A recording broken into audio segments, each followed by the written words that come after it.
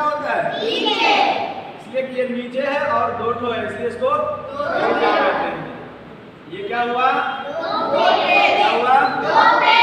एक इसमें सीधा पेश है और एक उल्टा पेश है, तो ये क्या हो गया?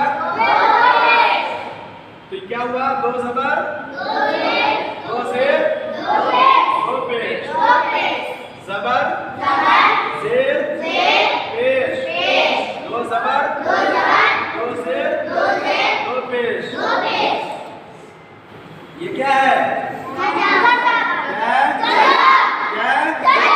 जज्म का काम क्या है? जिस हर्फ पर जज्म हो उसको पीछे वाले हर्फ से मिलाकर पढ़ते हैं। ये क्या है?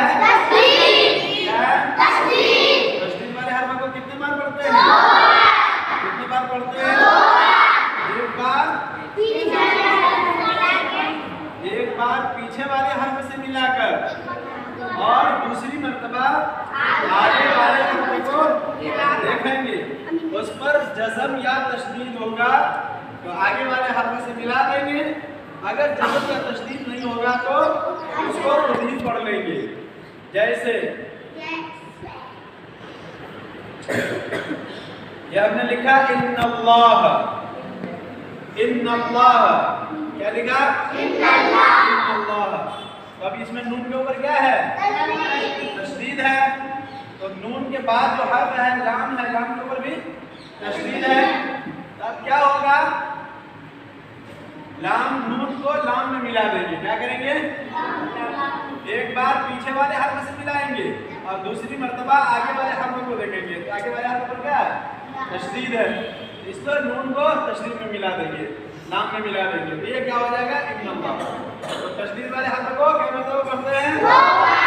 एक बार पीछे वाले हर्फ से मिलाएंगे और एक बार आगे वाले हर्फ को देखेंगे, उस पर जज्म या तशदीद होगा तो उससे मिला देंगे। ये क्या है? क्या है?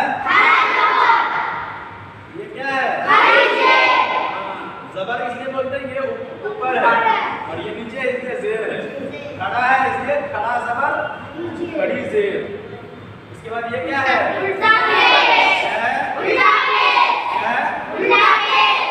खड़ा जबर उल्टा पेश। क्या है? खड़ा जबर उल्टा पेश, खड़ा जबर खड़ी से उल्टा पेश। पहला क्या हुआ?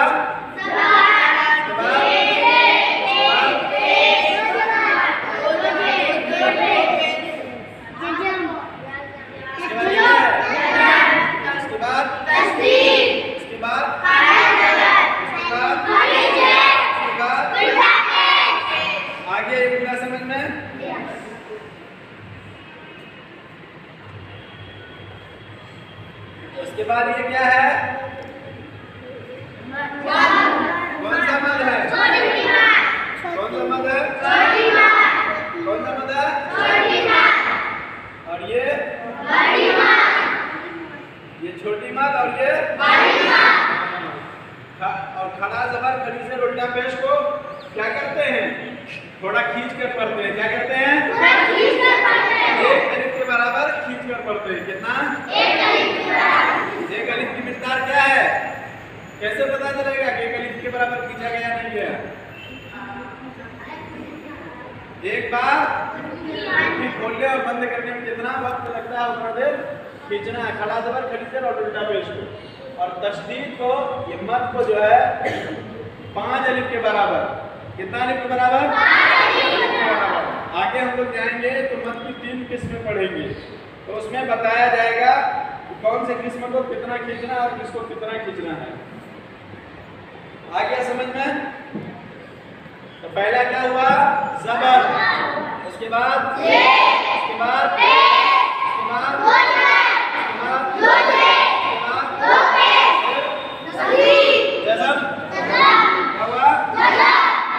जज़म वाले हर्फ को पीछे वाले हर्फ से मिलाकर पढ़ते हैं। उसके बाद तशदीद वाले हर्फ को एक बार पीछे वाले हर्फ से मिलाकर और एक बार देखेंगे, उसमें जज़म या तशदीद होगा उसे मिलाएंगे। उसके बाद क्या है ये?